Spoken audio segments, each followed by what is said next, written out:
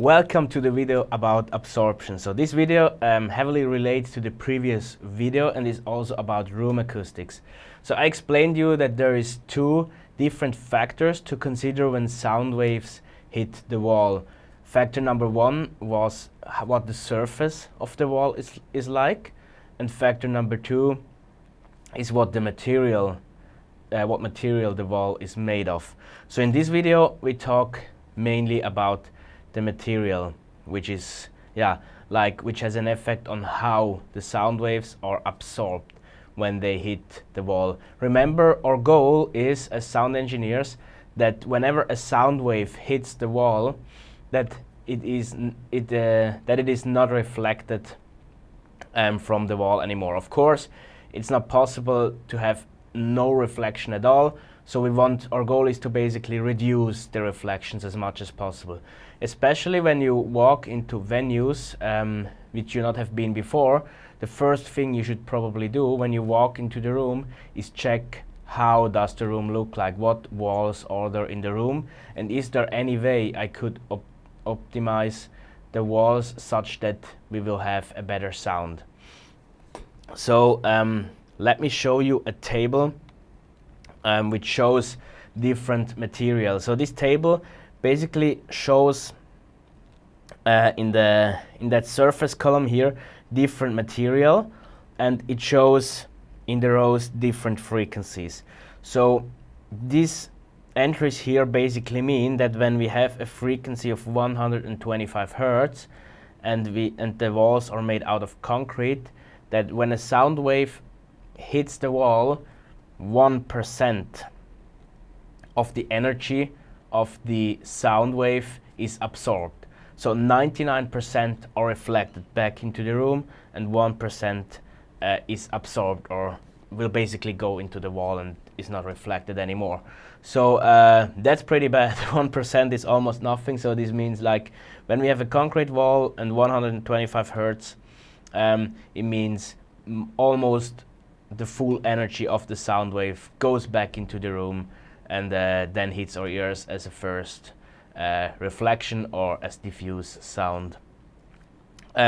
So whenever you enter a room which is made fully of concrete, make sure you can change it somehow so that the sound is not reflected anymore. Especially when you walk into a old church building, you have this effect pretty strong. It's this type of rooms are mostly made out of stone, concrete, or something similar, and we have a lot of reflections there. This is why even when you speak in these kind of rooms, there is so much reverb. So that's pretty bad to get control over sound in such rooms. So you want to avoid these rooms when you want to mix proper sound. So when we go to different material, let's say wood. So when we have a wooden floor, that's already much better. So wood absorbs approximately 15% at 125 Hertz. So still a lot can travel through. 85% still is reflected and goes back into the room, but it's definitely better already than with concrete. I also want to quickly go into these two materials at the bottom here, foam panels and glass wool panels. That's actually the material we work with when we want to create a room which is soundproof, which basically doesn't reflect sound at all, or as less as possible. So when we look at 125 Hertz, also here, I mean, for the glass wool we get 26% absorbed, so that's 1/4 which we absorb. Still 75% travel through.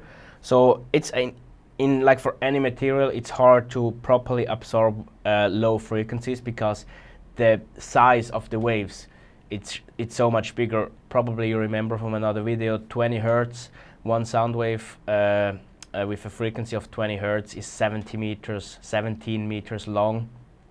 So as it's so big, it doesn't really matter for that wave, let's say, what obstacles are in the way, if there is a wall, what material the wall is made of. It's just basically it's too large, it's too strong, let's say. However, when it comes to bigger like frequencies in higher ranges, like from starting from 1 kilo or even starting at 500 hertz already, much more of the energy of the sound wave can be absorbed. So here we see with the glass wool panels, 95% of the energy is absorbed of the sound wave. So when we put glass wool panels or foam panels onto the walls, we can really absorb a lot of the sound wave. So that's basically the way you want to do it when you design a new, when you like set up a new room, when you design a new room for concerts or other events. Make sure you can you have rooms and you put these panels onto the walls, onto the ceiling, so that as much as possible is absorbed. When there is no possibility to put panels onto the wall, think about other solutions. In some rooms there is also curtains, let's say, so sometimes there is the possibility to close curtains. Also this helps already for absorption. Of course it's not as good as the panels, but just always try to make as much as possible to create better room acoustics. So that was the video about absorption. Thank you for watching.